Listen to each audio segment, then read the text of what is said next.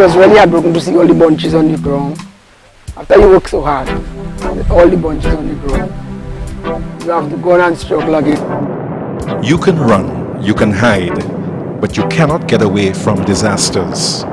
They are here, there, everywhere.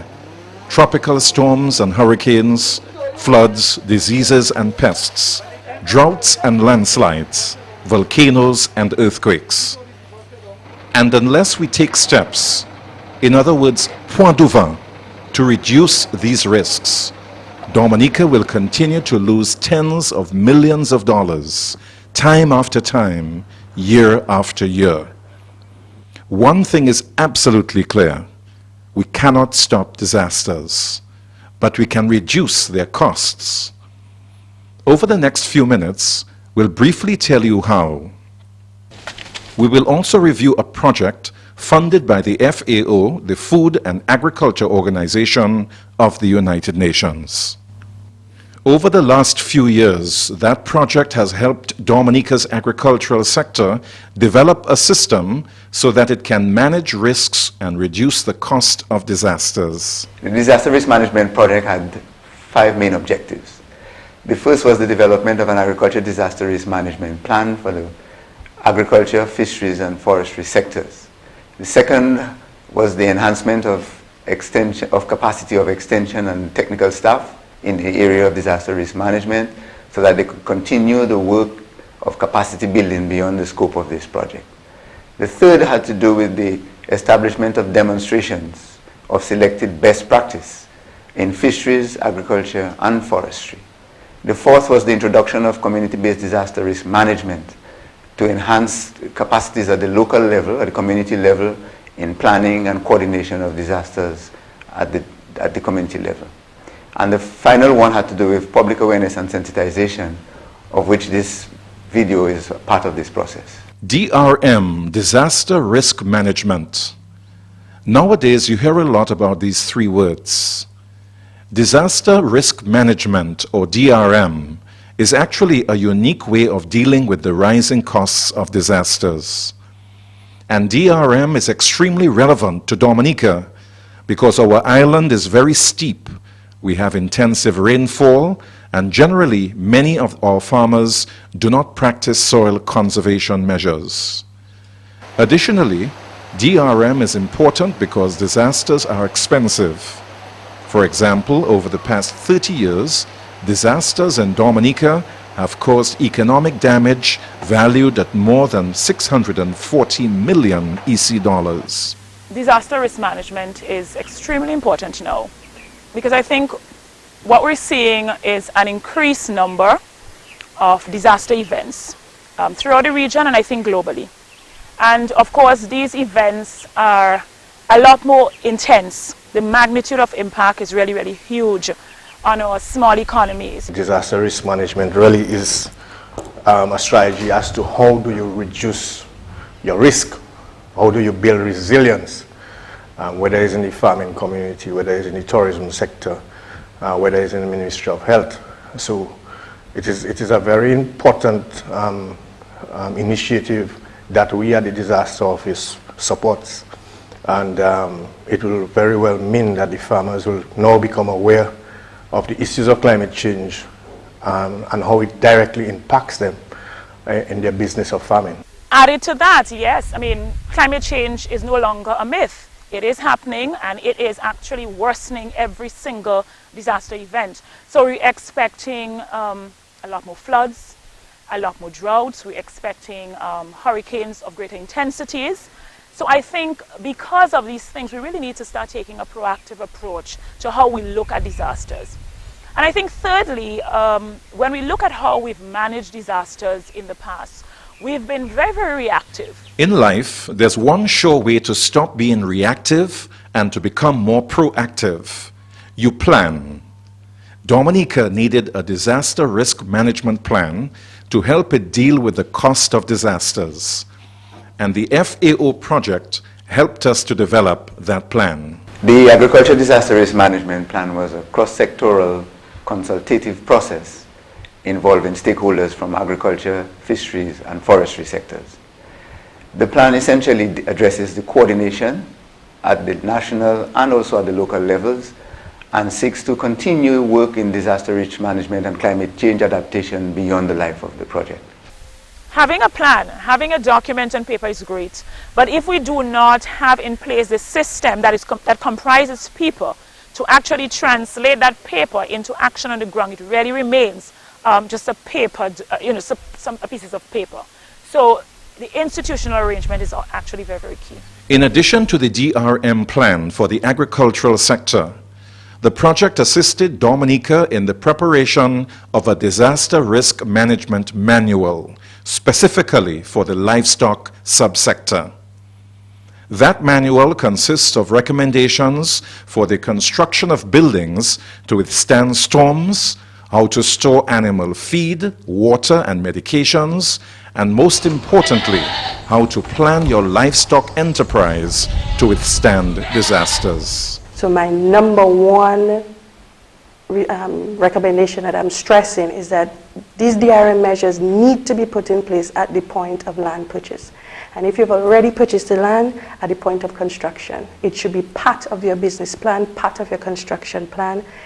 It has to be. A major aspect of the disaster risk management project was the identification of best practices in agriculture, such as soil conservation and ways to improve soil fertility of Dominican farms. These soil conservation practices include mulching, crop cover, tillage methods, terracing, and building drains. To assist the extension staff of the Division of Agriculture in teaching farmers about DRM, the project established demonstration plots around the island. In forestry, the project was designed to collect data from established plots to demonstrate forest rehabilitation after a disaster. Essentially, the aim of that component of the project was to show best practices in sustainable forest management. And we call it sustainable land management because whilst you are doing your farming, agricultural farming, livestock and so on, tree crops, root crops, the forest that you have, existing forest that you have in your area, it can be managed in such a way that you remove the wolf trees, you remove the trees that are mature, because when you remove the trees that are mature in a systematic way, you do not clear fell, you allow the young ones to come up and strengthen themselves.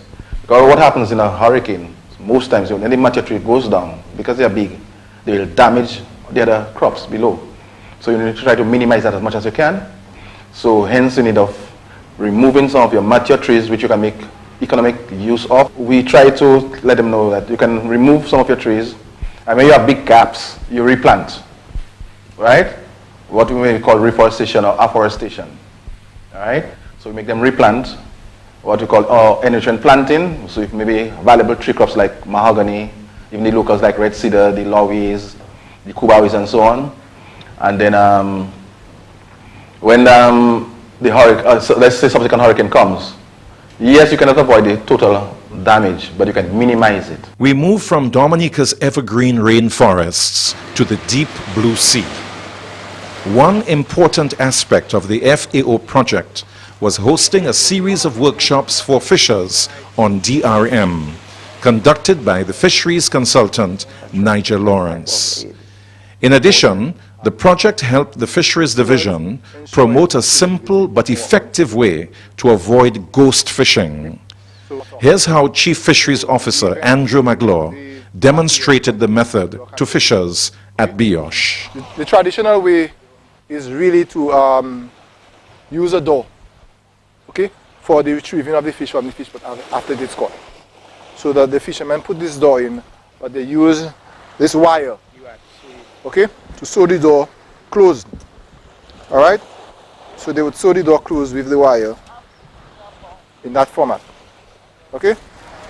But the problem associated with that is that once the door is sewn in like this,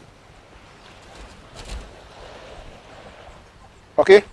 Once the door is sewn in like this, it means that this wire, all right, any fish caught in that fish pot is going to remain there until you, the fisherman, come to retrieve it. If the fish pot is unable to be retrieved on the day you go to receive it. Okay? It means that you have to leave it longer. By that time, the fish begins to die in the fish pond. Okay?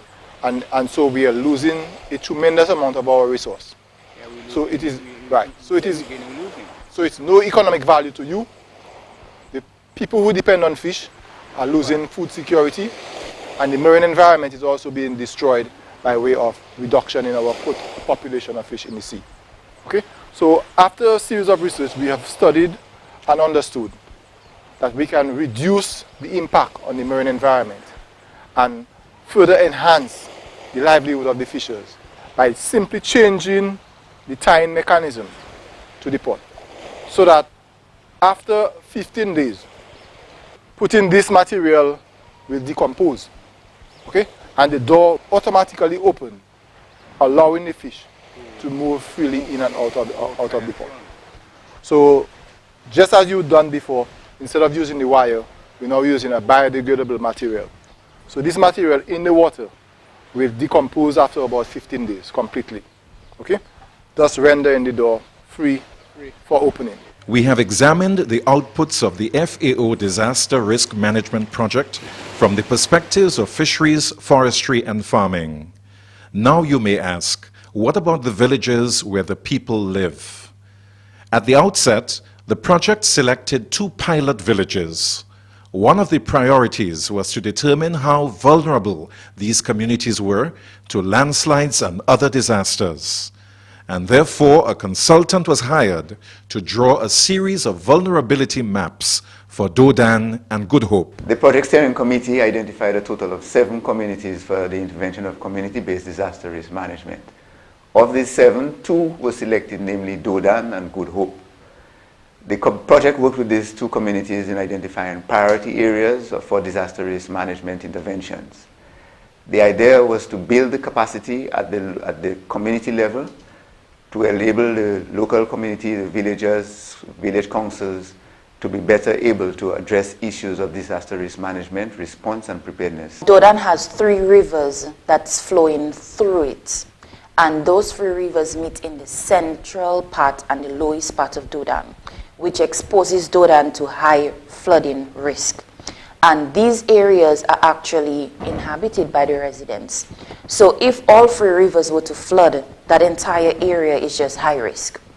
Then we had the area of along the main road where trees are being cut, and it's also exposed to rockfall because some areas at the further end of Douvant, so closer to, I guess, Tibo, these areas do not have as much trees and you have exposed rocks.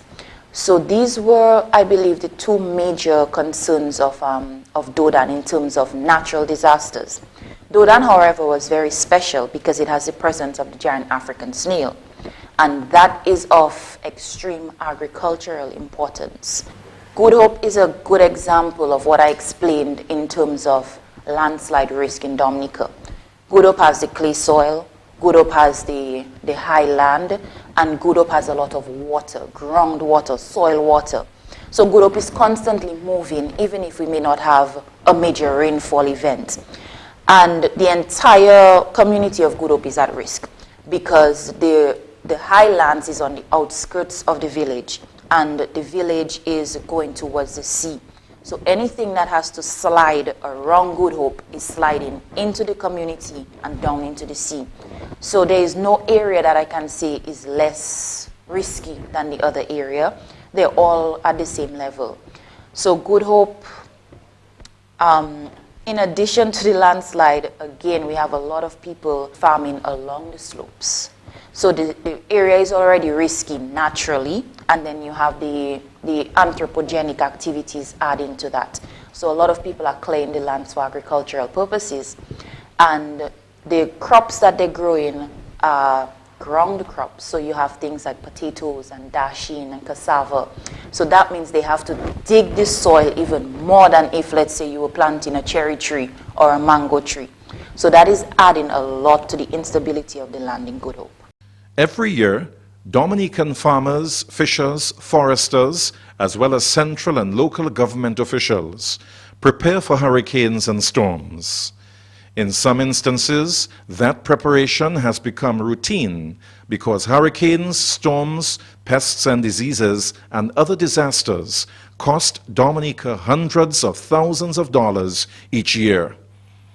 It is important to note that these costs have become so commonplace that international donors are now becoming wary, and money for rehabilitation after a storm is becoming harder to obtain. The donor agencies want to know what have you done to help build your resilience? What have you done to manage your risk? And what then can we do to complement that instead of just going carte blanche and trying to figure out, well, the donors will help us anyhow, anywhere. It doesn't happen like that anymore. In fact, the FAO introduced the project that we have been talking about in this program because of the widespread damage caused by Hurricane Dean in 2007. The FAO concluded then that such high levels of emergency responses cannot continue forever and that Dominicans must take DRM more seriously.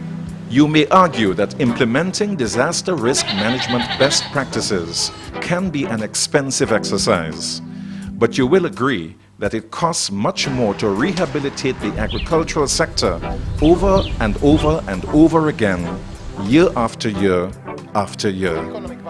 Therefore, the choice is yours.